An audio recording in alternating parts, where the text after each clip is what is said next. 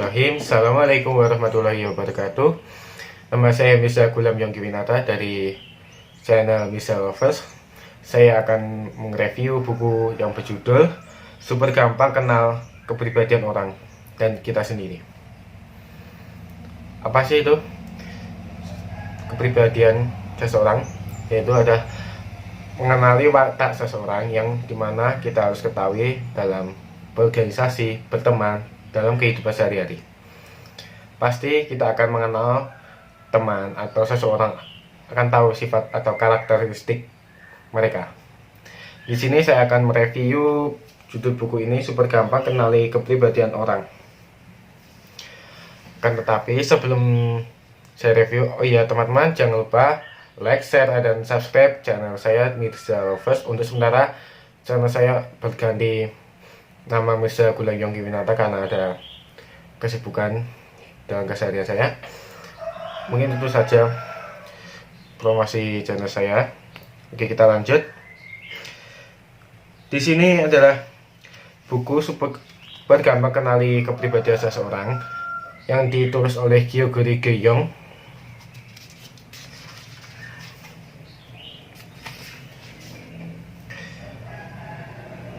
Pada tahun 2016, tepatnya di Yogyakarta, dan diterbitkan oleh Safa, yang dimana alamatnya Jalan Wonosari Batu Retno, Banyumat Bangun Tapan, Yogyakarta.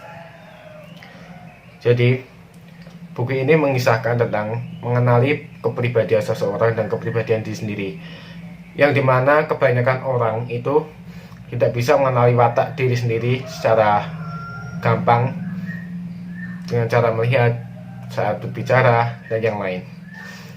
Apalagi di saat pandemi sekarang ini, banyak orang itu yang berperilaku introvert atau kebanyakan orang menganggapnya pendiam. Akan tetapi introvert itu juga tidak bisa dikatakan pendiam, karena introvert adalah orang yang bersosialisasi di dalam lingkungan sekitar.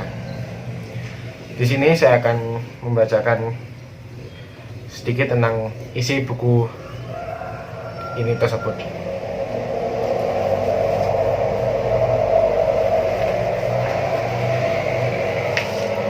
Di sini kita akan mengenali ciri dan watak pribadi diri sendiri dulu. Yang pertama, tanda-tanda kesadaran akan diri sendiri. Kan di sini akan menjelaskan tentang keadaan normal dan keadaan rata-rata merupakan konsep yang ingin kita pisahkan satu sama lainnya. Keduanya mempunyai batas-batas yang sangat tipis sehingga sulit untuk membedakan mana yang normal dan mana yang rata-rata. Lantas bagaimana sebenarnya normal itu? Kita akan baca ini. Kita mengatakan bahwa seseorang itu normal kalau tingkah lakunya dibenarkan dalam keadaan tertentu. Sesungguhnya orang harus mengetahui dengan tepat bagaimana cara bertingkah laku secara tepat dan pantas. Kita memerlukan pedoman untuk dapat menilai seperti apakah yang disebut orang pantas. Kita memerlukan norma-norma dan garis besar khusus dalam membuat penilaian. Para ahli ilmu besar khusus untuk dapat membuat penilaian. Para ahli ilmu jiwa dan ahli kemasyarakatan pun menilai ukuran normal pada seseorang individu berdasarkan norma-norma dan garis besar tersebut. Jadi kita di sini mengenali diri sendiri itu dengan kesadaran diri. Gimana sih karena kita sebenarnya, apakah itu pendiam, suka bergurau, ada sebagainya. Akan tetapi itu tidak bisa mengenal diri sendiri dengan kesadaran saja. Yang kedua yaitu, apakah norma itu? Untuk dapat disebut normal, kita harus memenuhi syarat. Normal dalam arti fisik dalam teknis, namun bisa jadi hal lain apabila kita menyamakan keadaan normal dengan satu bayangan yang ideal. Orang yang bersikap jujur terhadap sesama tersebut bayangan ideal yang patut dimiliki manusia, normal dalam tingkah lakunya, dan tutur katanya. Oleh karena keadaan normal itu bukanlah hal yang tersebut nilai-nilai rata-rata, melainkan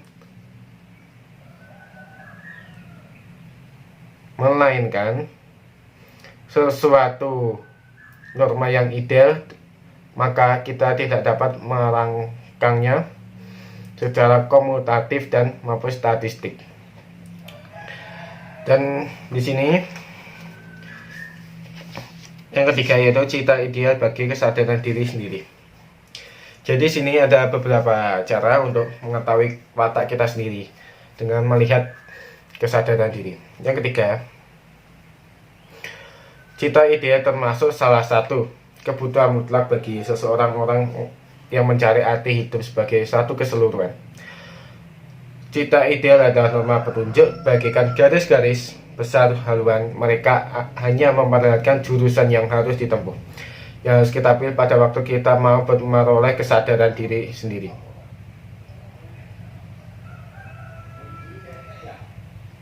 Mereka bukanlah sasaran yang harus kita gapai, melainkan sekedar tanda-tanda petunjuk arah kemana kita harus menjuruskan kesadaran diri kita sendiri. Itu semakin konsisten hidup ke arah cita ideal ini, semakin jelas kita menampakkan keadaan normal itu. Jadi kita sebagai mengetahui watak diri sendiri harus ke depan lebih utama adalah mengenali diri sendiri dengan pikiran positif, jangan berpikiran negatif mulu. Yang selanjutnya,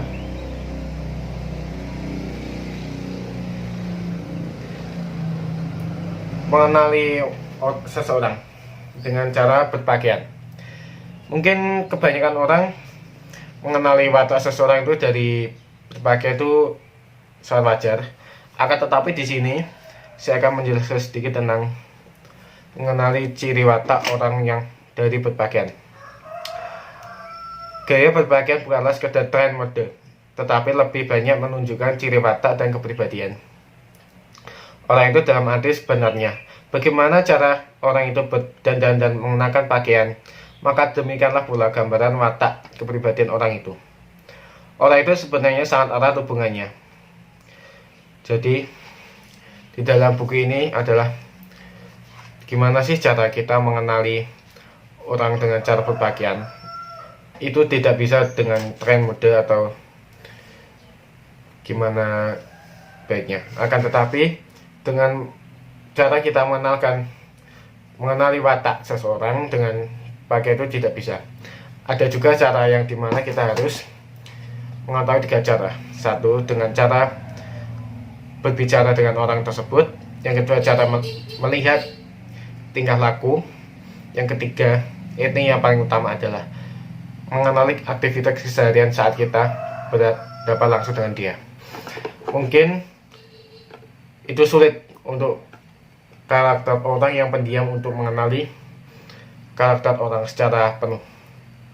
Akan tetapi orang pendiam mungkin tidak bisa apa-apa untuk mengenali seseorang. Mungkin mereka sebagai orang pendiam mengenali seseorang itu hanya sebatasnya saja.